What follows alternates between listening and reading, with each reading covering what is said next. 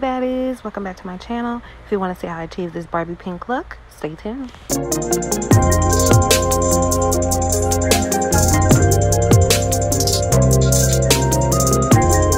Like always, I am coming with my foundation done, brows arched and snatched, baby. Okay, we're gonna start by carving out this cut crease with this deep pink, almost red, and I'm gonna go ahead with the eyeshadow brush and just map out my circle that will create my cut crease. I am slowly becoming the queen of cut creases because I don't know, they are not that time consuming and they look like they are. They look so neat and crisp and professional, and I have always been obsessed. So this look has not been sped up or cut down any. This is the real time. It took me about 12 minutes or so to complete this look. It was very quick.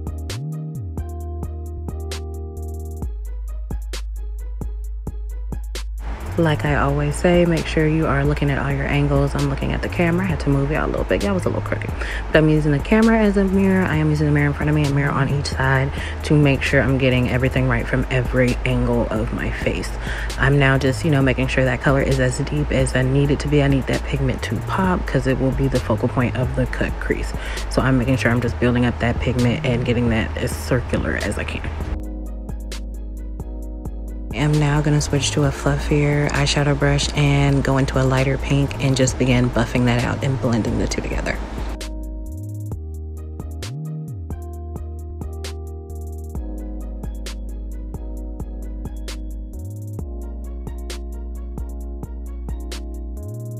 I'm just going to keep continuing going back and forth with a quick motion, almost circular motion, to make sure I am blending those colors. And yes, as you all know, getting that gradient effect that I love so much.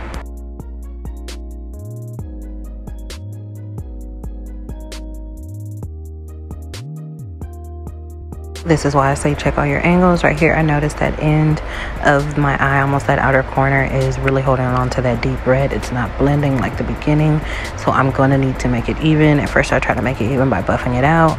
Then I say, no, might as well just add some more of that deep red to make the whole eye even. You don't want one end darker than the other, so you don't want the outer corner darker than the inner corner. Well, at least not in this look.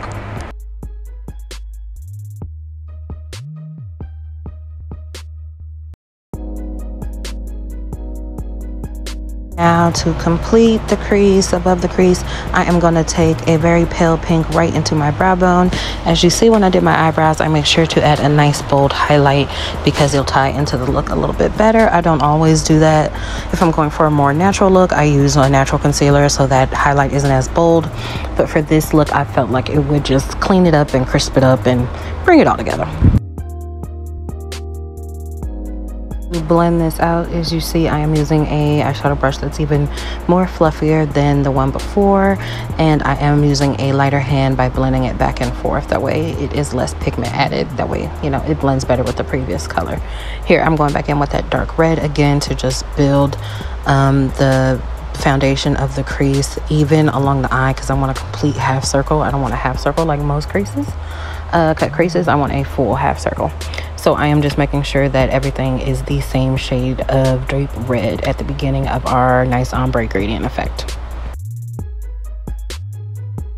Remember, especially when working with bright colors, please clean your brush in between each color. Otherwise, they'll all blend together and you'll get a mucky brown, or the shadows will just come together wrong and it would look dirty, and it's just not what we're going for, right? Now I'm going to go ahead and cut the crease. I am cutting my crease with concealer that I use to arch, will highlight the underbrow bone of my eyebrow right there. I'm coming in with that same concealer and I am just shaping the half circle, cutting it off right at the very peak between that deep red and that lighter pink. I want you to barely be able to see that deep red, but just enough to where it creates that good shadow and contrast between the dark red and the lighter pink that we're going to put on our lid. I am especially taking my time getting the shape of this half circle I want for my lid. I want to map out a nice good space for the shadows on my eyelid, so I'm making sure the circle is as even as possible. You want to make sure your shadow has a good solid base, so I am making sure the concealer is proportioned and solid all throughout my lid. That way it is an even base for the eyeshadow to adhere to.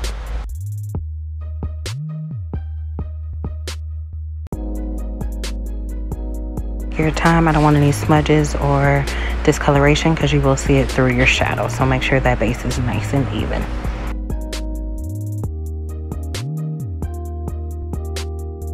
Then going back in, and as I always say, you want to take your time to make sure everything is even. I don't want a crooked circle because with the cut crease, the attention is really drawn to, of course, the crease.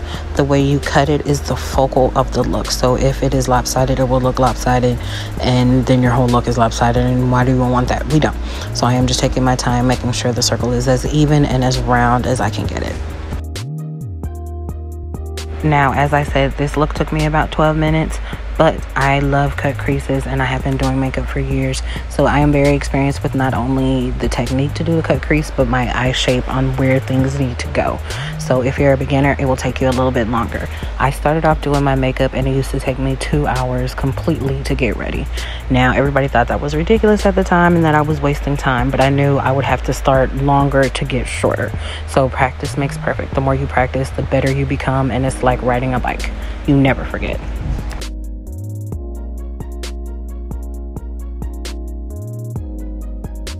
I did give that base just a few seconds to dry before I came in with this shadow.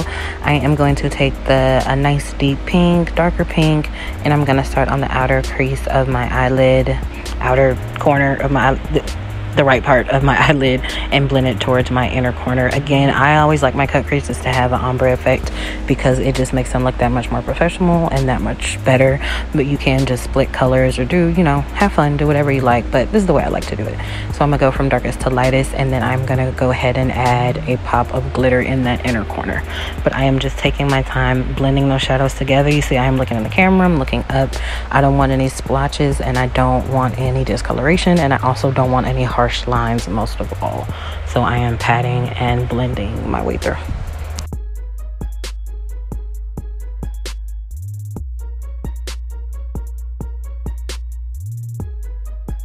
Now, of course, you can stop here and pop a lash on or add some mascara, and the look is complete and it looks great, awesome, just the way it is. I just like taking it an extra step more because I always want to elevate. I don't want to stay where I am. So I'm going to elevate it by go ahead and getting some clear glue. I'm just going to loosely place it. It doesn't have to be like a full, complete, thick layer. I'm just going to loosely take it over that shadow in the inner corner of my lid and give it a few seconds to dry before I go ahead and put the glitter.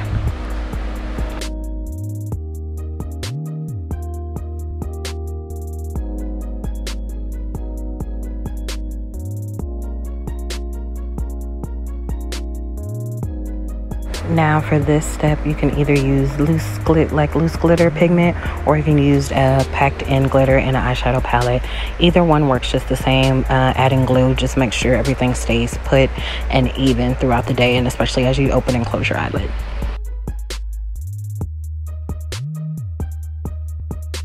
When putting on glitter, it is easier to tap instead of rub. If you rub, you run the risk of ruining your layers, which is that shadow, then that base, then your primer. Everything could be smudged, and it is very hard to fix that without starting the eye all over again. Now I'm going to go ahead and add a very simple cat eye kind of, but I'm not going to have a point. I think I'm running low, y'all. But anyway, I'm not going to have a point in this wing liner. I'm just going to take it into the end of that crease and leave it there. I find it easier to use liquid eyeliner or eyeliner pen like I am using on looks like these because it just glides easier and you don't risk having a crooked line or a smudge that you don't necessarily want.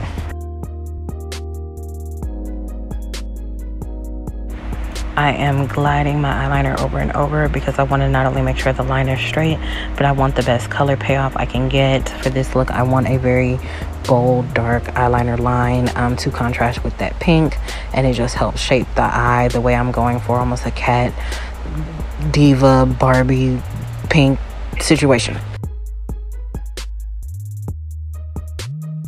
Now, everyone has their own way of doing a wing liner. In my opinion, the wing should be going up higher. It should be going uphill towards the outer corner of your eyelid to the inner corner. So by the time I get to my inner corner, it is a very, very low, barely noticeable line, and then the line gets thicker as I go towards the edge of my eye. Now, time for lashes, baby. We're gonna go ahead with that clear glue because again, it dries clear and we don't see your mistakes. I'm gonna put it on my eyelid right above my lashes, and then I'm gonna go ahead and top that with mascara because it sets my eyelashes to go upward because mine grow downward. So I'm gonna go in with my mascara, and then we're gonna go ahead and set those eyelashes up. In this case, it also does help get them back black because sometimes they have shadow that has overtaken them, and if we leave that way, we will see it through the false lashes and it just looks dirty. So that's not what we're going for. I am then going to add that same clear glue to my lash band. I'm going to go ahead and touch up my inner corner. I saw a little smudge, but make sure that nice line is nice thin but prominent.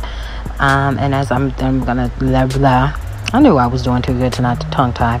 But anyway, I'm going to go ahead and add that clear glue to that lash strip. Not too much, but just enough. And then I'm going to allow them a couple seconds to dry before I go ahead and put it on. Make sure it's all over that lash band, y'all. I just had it at the end for some reason. Make sure it's spread evenly throughout that lash band. And give it a couple seconds to dry. And then we're going to come in and place it. It's easier for me if you keep your eyes shut. I could have grabbed my eyelash tool, but I never do. I don't know why. I like making myself struggle. I like making my own life miserable. I don't know. But I'm going to go ahead and just place it right there, right above my lash line. Go ahead and angle that lash up so you can see it. And baby, you're done. If you baddies, like, subscribe, and I'll see you next time.